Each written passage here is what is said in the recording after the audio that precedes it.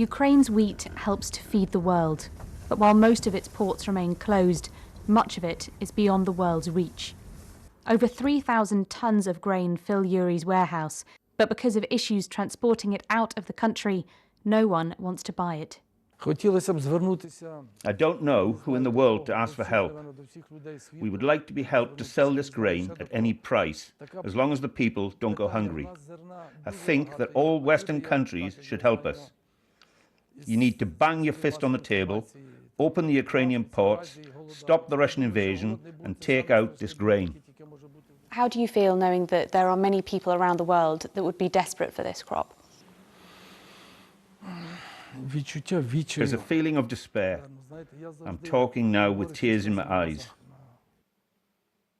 It's hard to say. Yuri's problems are faced by farmers across the country. This crop is due to be harvested in just over a month's time, but the farmers here still have no idea where they're going to store it or how they're going to get it out of the country.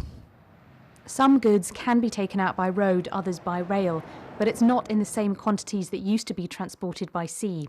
Ships aren't able to move because of the restrictions imposed by the war, and the sea has also been mined, which could take months to remove. Andrei Stavnitsa is the owner of one of the largest ports in Ukraine. We have about 80 ships that are basically ghost ships in Ukraine right now. The crews have left them. Some of them are full, some of them are empty. They're in the ports or outside of the ports. They're standing there idle. And for the crews to come back, their shipping companies have to get clearance from insurance companies. And these insurance companies are obviously not happy to allow this to happen because the sea is full of mines. How long do you think it will be until you can reopen the port again?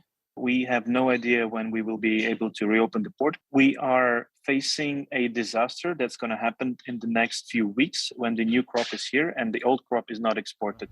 Russia and Ukraine produce 30% of the world's wheat, and without it, the UN has warned there could be a global food crisis. It threatens to tip tens of millions of people over the edge into food insecurity, followed by malnutrition, mass hunger and famine in a crisis that could last for years.